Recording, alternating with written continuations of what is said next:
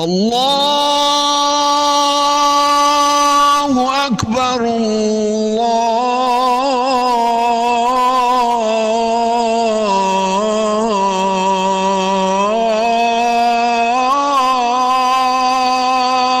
اکبر۔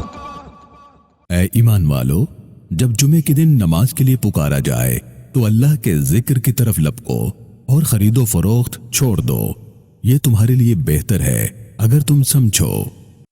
آج کا خطبہ۔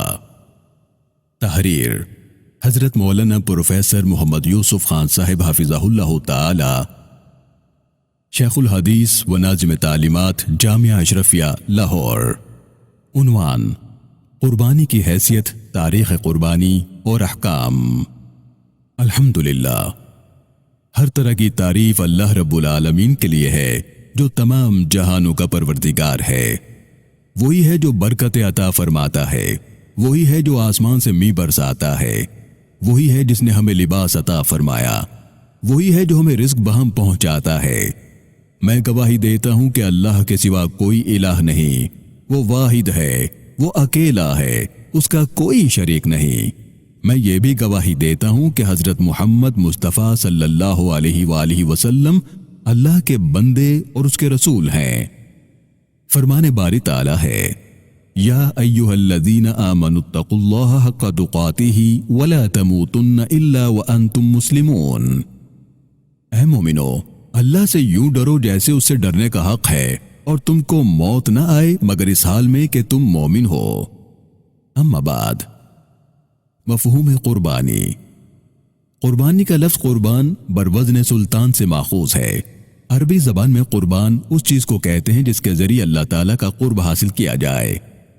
مشہور مفسر ابو سعود لکھتے ہیں، قربان ہر اس چیز کو کہا جاتا ہے جس کے ذریعے اللہ کا قرب حاصل کیا جائے، چاہے وہ ذبیحہ ہو یا صدقہ وغیرہ۔ یہی معنی امام راغب رحمہ اللہ نے بھی اپنی کتاب المفردات میں مراد لیا ہے، جبکہ امام ابو بکر جساس رحمہ اللہ نے قربانی کا عام معنی مراد لیتے ہوئے اپنی کتاب احکام القرآن میں تحریر فرمایا ہے۔ قربانی ہر اس نیک کام کو کہا جاتا ہے جس کا مقصد اللہ کی رحمت سے قرب حاصل کرنا ہو۔ البتہ عرف عام میں جب یہ لفظ بولا جائے تو اس سے عموماً جانور کا ذبح کرنا مراد ہوتا ہے، جیسا کہ امام راغب رحمہ اللہ نے تصریح کی ہے۔ لیکن شریعت کی اصطلاح میں قربانی کے لغوی معنی کی رعایت کرتے ہوئے عام معنی مراد لیے جاتے ہیں، جیسا کہ فرید وجدی لکھتے ہیں۔ تاریخ قربانی۔ قربانی اسلامی تعلیمات کے مطابق ان شعائر میں سے ہے جو حضرت آدم علیہ السلام سے لے کر آج تک جاری ہے، اور تا قیامت اس کا جاری رہنا اسلامی تعلیمات کا ایک حصہ ہے۔ لیکن شاعر اسلامی میں قربانی سے مراد سنت ابراہیمی کی وہ یادگار ہے جس کا تذکرہ سورہ صافات میں ہے۔ حضرت ابراہیم علیہ السلام کے یہاں پہلا بیٹا اسماعیل علیہ السلام تقریباً 86 برس کی عمر میں پیدا ہوا۔ جب وہ نوعمری کو پہنچا تو حکم الہی ہوا کہ اپنے اس پہلوٹی کے بچے کو ہماری بارگاہ میں قربانی کے طور پر پیش کرو۔ چنانچہ حضرت ابراہیم علیہ السلام اس معصوم بچے کو لے کر چل دیے اور حکم الہی پر قربان کرنے کے لیے چہرے کے بل لٹا دیا اور چھری چلا دی۔ اللہ نے پکارا، اے ابراہیم، تم نے اپنا خواب سچ کر دکھایا، اور پھر ایک جانور ان کے بیٹے اسماعیل کی جگہ قربانی کے لیے نازل فرمایا۔ چنانچہ صحابہ اکرام نے جب عرض کیا، یعنی یہ قربانیاں کیا ہیں؟ تو رسول اللہ صلی اللہ علیہ وسلم نے فرمایا، تمہارے باپ ابراہیم علیہ السلام کی سنت ہے۔ میرے مسلمان بھائیوں، ان آیات اور احادیث کے حوالے سے معلوم ہوا کہ جانوروں کی قربانیاں جو ہر سال مسلمانوں پر مخصوص شرائط کے ساتھ لازم کی گئی ہیں، وہ ابراہیمی یادگار کی حیثیت سے شاعر اسلام میں سے ہیں۔ قربانی کی شرعی حیثیت۔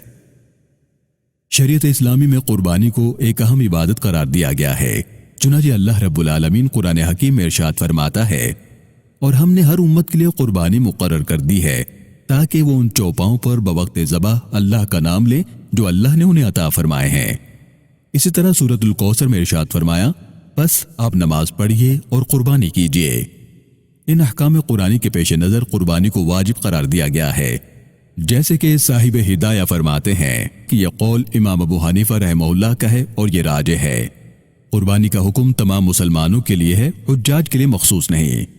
قرآن و حدیث کے تفصیلی مطالعے سے معلوم ہوتا ہے کہ رسول اکرم صلی اللہ علیہ وسلم نے امت پر قربانی کو لازم اور واجب قرار دیا ہے، خواہ وہ مکے میں ہو یا مدینے میں یا دنیا کے کسی اور مقام میں۔ قربانی کی مشروعیت اور اس کے مستقل عبادت ہونے پر پوری امت کا اجماع رہا ہے، اور اس پر بھی علماء کا اتفاق رہا ہے کہ قربانی کی مشروعیت کتاب اللہ، سنت رسول اور اجماع سے ثابت ہے۔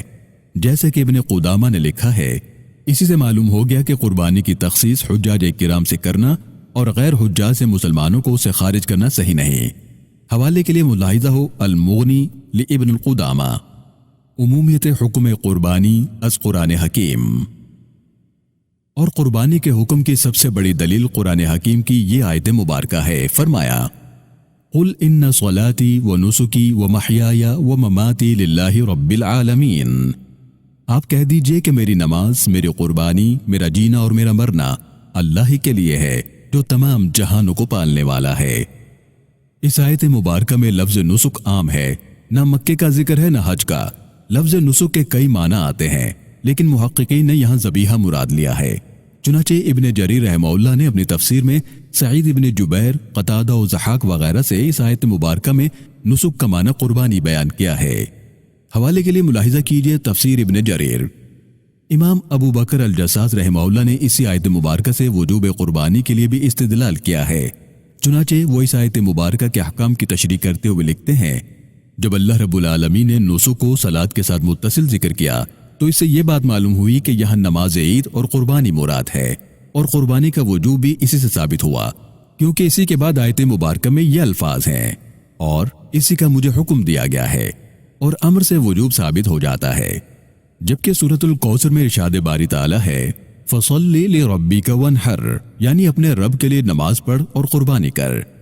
امام رازی رحمہ اللہ اس آیت مبارکہ کی تفسیر میں لکھتے ہیں، وَانْحَرْ میں دو قول ہیں۔ پہلا قول جسے عام مفسرین نے اختیار کیا ہے وہ یہ کہ یہاں قربانی مراد ہے۔ امام ابو بکر جساس رحمہ اللہ نے بھی یہی قول اختیار کیا ہے، جیسا کہ احکام القرآن کے مطالعے سے معلوم ہوتا ہے۔ ابن کثیر رحمہ اللہ نے بھی یہاں نحر سے مراد قربانی ہونا لکھا ہے۔ حوالے کے لیے ملاحظہ کیجئے تفسیر ابن کثیر۔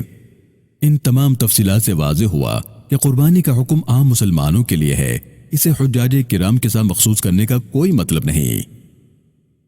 عمومیت حکم قربانی از احادیث۔ احادیث معتبرہ سے بھی واضح ہوتا ہے کہ قربانی کا حکم حجاج کے علاوہ غیر حاجی مسلمانوں کے لیے بھی ہے۔ اس سلسلے میں کچھ احادیث یہاں بیان کی جاتی ہیں۔ نمبر 1، حضرت براء رضی اللہ تعالیٰ عنہ سے روایت ہے کہ رسول اکرم صلی اللہ علیہ وآلہ وسلم نے عید کے دن خطبہ پڑھا اور فرمایا کہ سب سے پہلا کام جو اس دن ہم کریں گے وہ یہ ہے کہ ہم نماز پڑھیں گے، پھر گھر واپس آ کر قربانی کریں گے۔ جس نے اس طریقے پر عمل کیا اس نے ہماری سنت کو پا لیا، اور جس نے نماز سے پہلے قربانی کی وہ قربانی نہیں بلکہ گوشت کی بکری ہے جسے گھر والوں کے لیے ذبح کر لیا گیا ہو، اس کا قربانی سے کوئی تعلق نہیں۔ نمبر 2، فرمایا جس نے نماز سے پہلے جانور کو ذبح کر ڈالا تو اس کی جگہ دوسری قربانی کرے۔ نمبر 3، حضرت عقبہ بن عامر رضی اللہ تعالیٰ عنہ سے مروی ہے کہ ایک مرتبہ حضور صلی اللہ علیہ وسلم نے اپنے صحابہ کے درمیان قربانی کے جانور تقسیم فرمائے۔ حضرت عقبہ رضی اللہ تعالیٰ عنہ کے حصے میں 6 ماہ کا بکری کا بچہ آیا۔ وہ کہتے ہیں کہ میں نے عرض کیا کہ یا رسول اللہ صلی اللہ علیہ وسلم، میرے حصے میں تو یہ بچہ آیا ہے، کیا اس کی قربانی ہو جائے گی؟ آپ صلی اللہ علیہ وسلم نے فرمایا اسی کی قربانی کر لو۔ نمبر 4، ابن عمر رضی اللہ عنہما فرماتے ہیں کہ رسول اللہ صلی اللہ علیہ وسلم عیدگاہ میں ذبح اور نحر فرمایا کرتے تھے۔ نمبر 5، حضرت ام سلمہ رضی اللہ تعالیٰ عنہ سے مروی ہے کہ حضور صلی اللہ علیہ وسلم نے ارشاد فرمایا جب ذی الحج کے ابتدائی 10 دن شروع ہو جائیں اور کسی کا قربانی کا ارادہ ہو تو اسے اپنے جسم کے کسی حصے کے بھی بال اور ناخن نہیں کاٹنے چاہیے۔ نمبر 6، ابن عباس رضی اللہ عنہما فرماتے ہیں کہ ہم رسول اللہ صلی اللہ علیہ وسلم کے ہمراہ سفر میں تھے کہ عید الاضحیٰ آ گئی تو ہم ایک گائے میں 7 افراد شریک ہو گئے۔ نمبر 7، ام المومنین حضرت عائشہ صدیقہ رضی اللہ تعالیٰ عنہ فرماتی ہیں کہ رسول اللہ صلی اللہ علیہ وسلم نے فرمایا کہ اولاد آدم نے عید کے دن کوئی ایسا عمل نہیں کیا جو خدا کے نزدیک خون بہانے یعنی قربانی سے زیادہ پسندیدہ ہو۔ اور نمبر 8، ابن عمر رضی اللہ عنہما فرماتے ہیں کہ رسول اللہ صلی اللہ علیہ وسلم 10 سال مدینہ منورہ میں رہے اور ہر سال قربانی فرماتے تھے۔ میرے مسلمان بھائیوں، ان تمام احادیث مبارکہ سے انتہائی وضاحت سے یہ بات ثابت ہو گئی کہ قربانی کا حکم عمومی ہے، حجاج کرام کے ساتھ خاص نہیں، اور یہ کہ حضور صلی اللہ علیہ وسلم نے کبھی قربانی ترک نہیں فرمائی۔ قربانی کس پر واجب ہوتی ہے؟